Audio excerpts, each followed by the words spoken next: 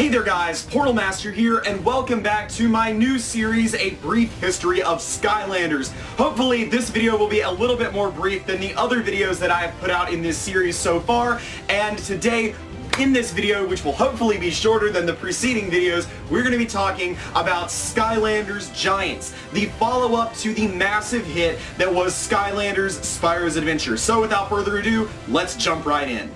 Skylanders Giants was the response, the logical response, that is, to the titan that was Skylanders Spyro's Adventure. Spyro's Adventure was predicted to be a hit amongst the crowds, but I don't think anyone anticipated how big of a hit it would end up being. As a result, Activision commissioned for both Toys for Bob and Vicarious Visions to work on creating a follow-up to release the following year in October of 2012. Skylanders Giants had the least development time compared to any other Skylanders game to have ever been created. Toys for Bob was the main developer of this game once again, as Vicarious Visions was the main developer on the 3DS versions for both Spyro's Adventure and Giants, and this would essentially be what set them up to recreate Skylanders with Skylanders Swap Force, redoing the engine. So that's why they took a back seat, and that's why Toys for Bob was doing most of the work.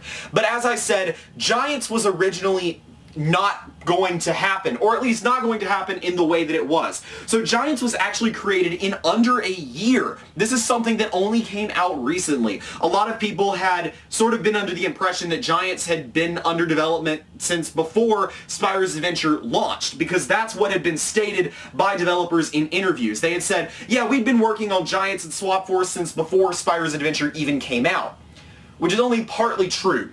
There's a very big difference between having the idea for Skylanders Giants and actively developing it.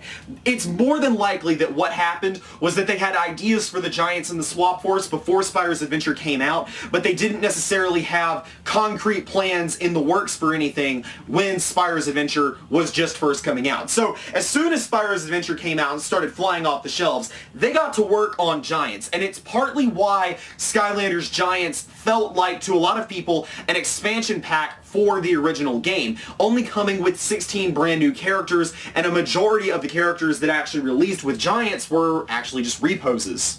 This is also why Skylanders Giants has the shortest story mode of any game and added the least amount of gameplay content from one game to the next game. What I mean by this is the number of hours that it takes to play through the story is incredibly short compared to Spyro's Adventure.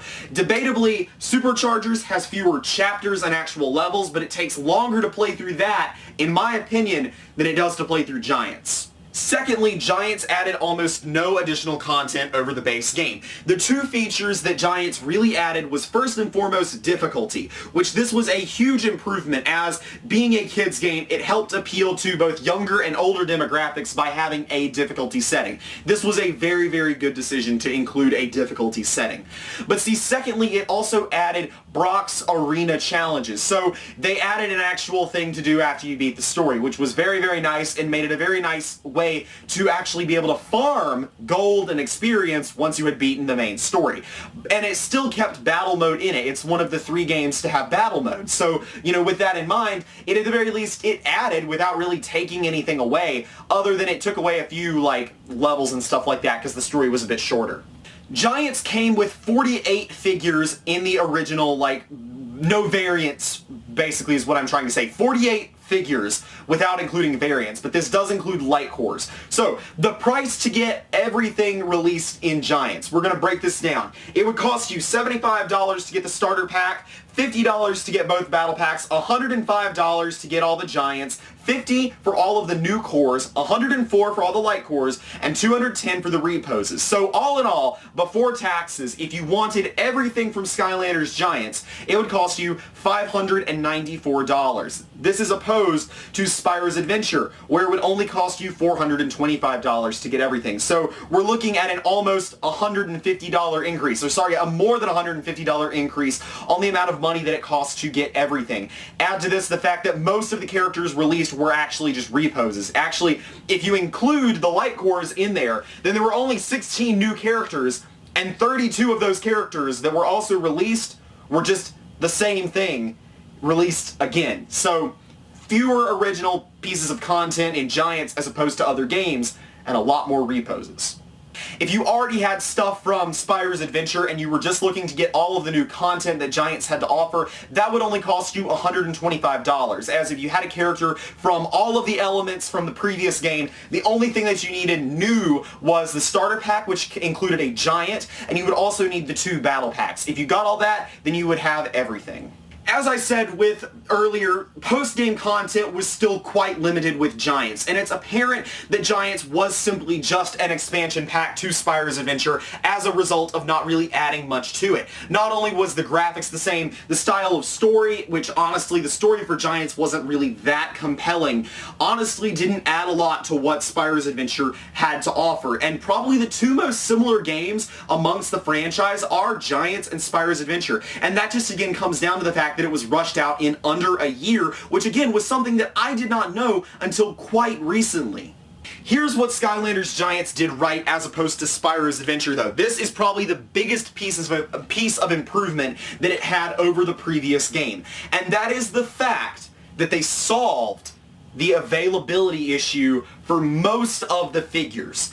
Yes, there were still a lot of issues when Skylanders would first come out, but by and large, most of the availability issues were fixed. Wave 1 and Wave 2 of Giants were pretty easy to get for the most part. There were a few difficult ones to get, like if I remember correctly, I think Series 2 Zook may have been a little difficult, Series 2 Whirlwind may have been a little difficult, but eventually they were easy enough to find, and pretty much if you looked hard enough for them, you would find them.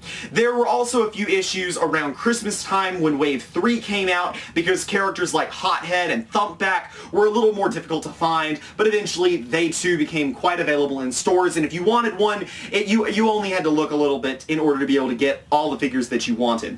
Here are where the problem ones were. Ningini was quite difficult to get for some time. Eventually she became common, but honestly Ningini wasn't common until Swap Force was out, so Ningini was quite hard to find for quite some time. Also, Series 2 Bash in the US was difficult to find. He was available at first, like when Wave 2 first came out, Series 2 Bash was everywhere. Then he was never restocked in Waves 3, 4, or 5, and was one of the only characters to not receive any form of a restock later on, and as a result, Series 2 Bash was difficult to find.